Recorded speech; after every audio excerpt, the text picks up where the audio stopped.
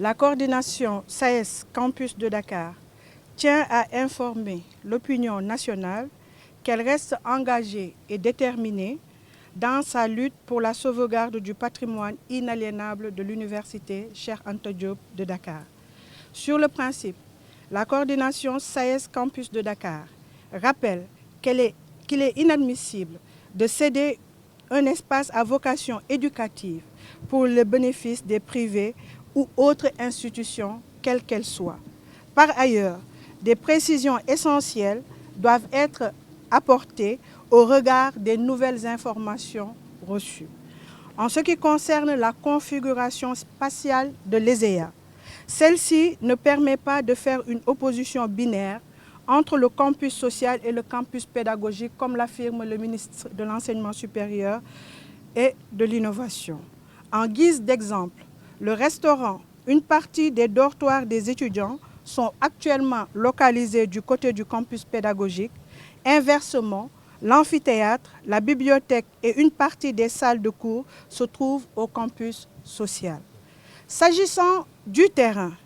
objet du litige, des experts ont établi qu'il s'agit en réalité de deux terrains. Le premier est localisé à l'enceinte de la Cité des enseignants du supérieur.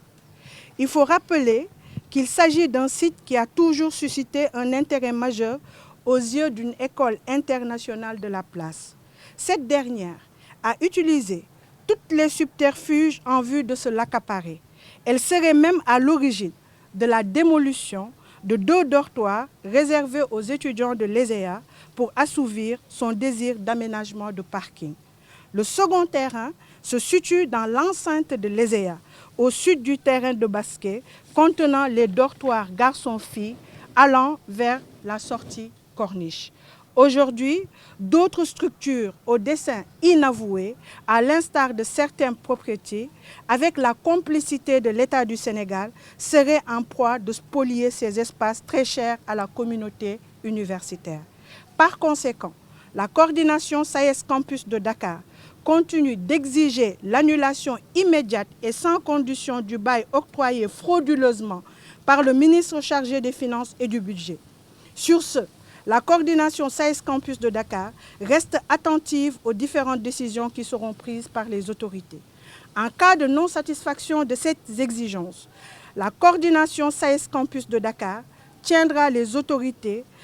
responsables de toutes les perturbations malheureuses qui pourraient en découler, comme énoncé dans le précédent communiqué. La coordination SAES Campus de Dakar demande aux camarades de rester vigilants et d'avoir une attention toute particulière sur l'évolution de la situation. La coordination SAES Campus de Dakar réaffirme son engagement sans faille pour la défense des intérêts matériels et moraux des militants et militantes. SAES Campus Dakar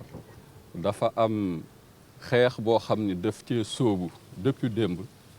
te li waral xeex bi mooy ruur moo xam ni état daf ko organiser jëmee ko ci suufu université Cheikh Anta Diop de Dakar.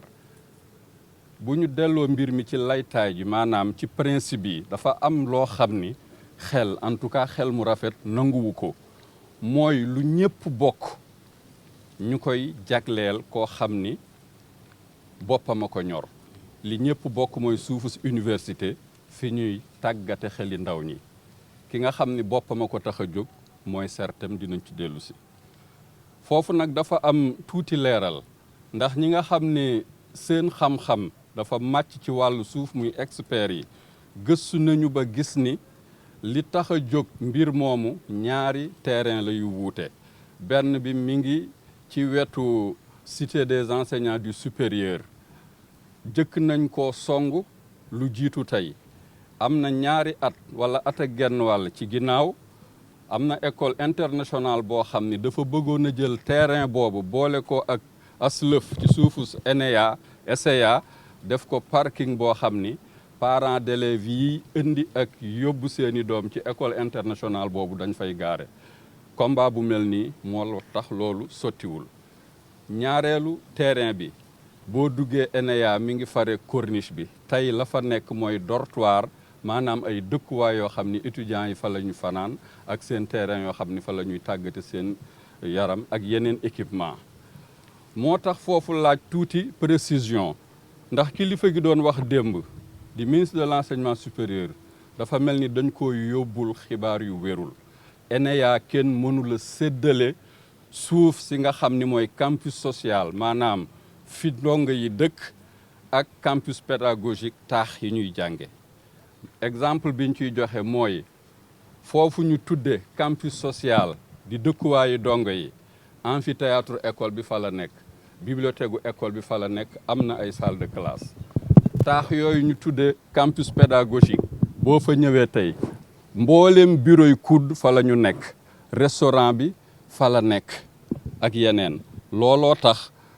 suufu ENEA dafa am SEA dafa am nu mu tëddee mëneesul xàjjale campus social ak campus pédagogique ni lii rectorat moo ko yilif lële COUD moo ko yilif xeex boobu nag moo tax SAES campus de Dakar di yëgle ni état fa mu jaaroon mel ni kuy yoot ba signé këyit woowu nga xam ni tegewul ci yoon na toppaat ay tànkam ba dindi lépp lu ko mooy SAES campus de Dakar mi ngi xamle ni dina xar tànku tubayam ci combat boobu ba nga xam ni suufu université waxatuma teg fa loxo waaye kenn dootu ko tudd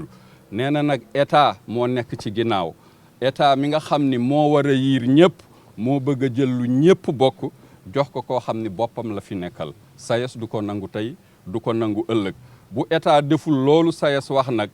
SAES mi ngi xamle ni moom mooy responsable bi ndax su boobaa rentrée universitaire du am ba am njàng di am su boobaa nag kenn du responsable ku dul état fi ñuy jeexale mooy SAES mi ngi woo mbooleem militant yi mbooleem enseignant yi ñu xeppi seeni bët ni jar di xool ba xam état lii SAES di exiger dina ko def wala du ko def